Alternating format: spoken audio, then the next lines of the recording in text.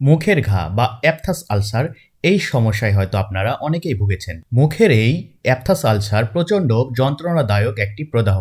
অনেক সময় দেখা যায় এই অ্যাপথাস আলসার সেরে যাওয়ার কিছুদিন পর আবার হচ্ছে।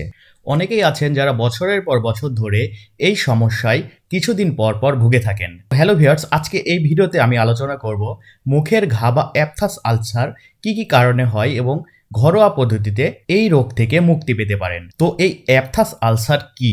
অ্যাপথাস আলসার হলো এমন এক প্রদাহ যা মুখের বিভিন্ন স্থানে, যেখানে মূলত সফট টিস্যু রয়েছে, ঠোঁটের নিচে বা গালের ভিতরের বিভিন্ন অংশে হয়ে থাকে।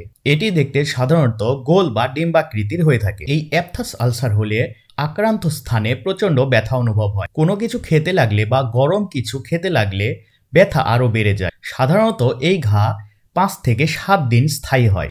এরপর এমনিতেই এই ঘা সেরে যায়। কিন্তু কারো কারো ক্ষেত্রে দেখা যায় এই ঘা সেরে যাবার পর আবার কিছুদিন পরে মুখের অন্য স্থানে আবার হচ্ছে। এখন এই ঘা থেকে বাঁচবেন কিভাবে? এই ঘা কেন বা কি কি কারণে হয় আসুন জেনে নিই। যাদের দেহে ভিটামিন বা আয়রনের ঘাটতি রয়েছে বা যারা অপুষ্টিতে ভুগেন তাদের এই ঘা হতে পারে। এবং সবথেকে গুরুত্বপূর্ণ বিষয় হচ্ছে যারা মানসিক দুশ্চিন্তায় ভোগেন, যেমন ধরুন পড়াশোনার চাপ, পরীক্ষার আগে রাত জেগে পড়াশোনা করা, ঘুম ঠিকমতো না হওয়া, পারিবারিক চাপ বা যারা ডিপ্রেশনে ভোগেন তাদের এই সমস্যা কিছুদিন পর পর দেখা দেয়।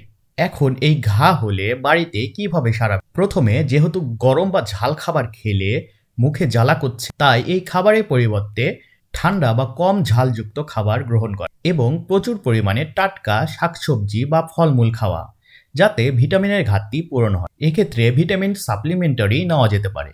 সেক্ষেত্রে ভিটামিন বি কমপ্লেক্স বা বি12 জাতীয় সাপ্লিমেন্টারি নিতে পারেন। পরিমিত পর্যায়ে পানি পান করতে হবে এবং যাতে পর্যাপ্ত পরিমাণ ঘুম হয় সেই দিকে লক্ষ্য রাখতে হবে। দিনে কমপক্ষে 7 থেকে 8 ঘন্টা ঘুমাতে হবে। মানসিক দুশ্চিন্তা বা ডিপ্রেশন থেকে মুক্ত থাকতে হবে। এই ঘা হলে যেহেতু প্রচণ্ড ব্যথা হয়, সেহেতু বাজারে ঔষধের দোকানে অ্যাপসল বা রুপসল বা সোরেক্স এই জাতীয় ওরাল পেস্ট আক্রান্ত স্থানে লাগাতে পারেন। সেক্ষেত্রে ব্যথা কিছুটা কমবে। এতক্ষণ ভিডিওটা দেখার জন্য আপনাকে অসংখ্য ধন্যবাদ। ভিডিওটা ভালো লাগলে আমাদের চ্যানেলটি সাবস্ক্রাইব করে পাশে থাকা বেল বাটনটি অল করে দিবেন এবং শেয়ার করে সবাইকে দেখার সুযোগ করে